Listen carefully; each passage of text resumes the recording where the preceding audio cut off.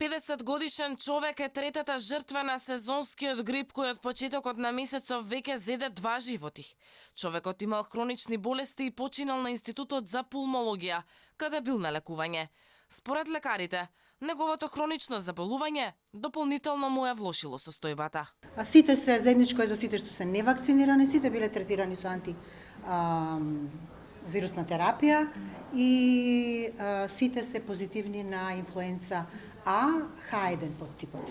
Сите имале коморбидитети и тоа бројни коморбидитети. Бројот на заболени ова недела расте, изнесува некаде околу 5660 ново заболени, што е скоро за 74% поголем број од колку минатата недела.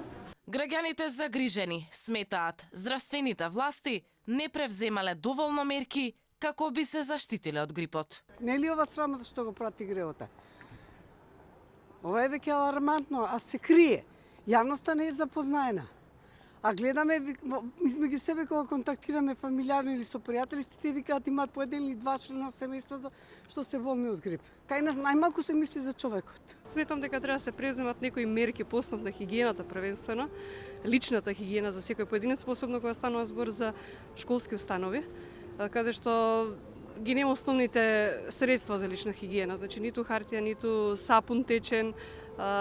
Мислам дека треба да се обрне на тој дел. И навистина, ако нашите деца се болни или луѓето ако се веќе болни, имаат грип, знаат, констатирано е, дека би требало тоа да го поминат во домашни услови.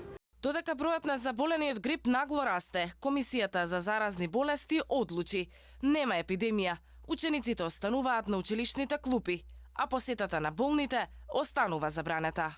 Инаку Алфа дознава дека дел од наставниците кои работат во неколку скопски училишта, кои имале грип и биле со висока температура, од директорите добиле наредба како знаат и умеат да се вратат на работните места и покрај нивната лоша здравствена состојба.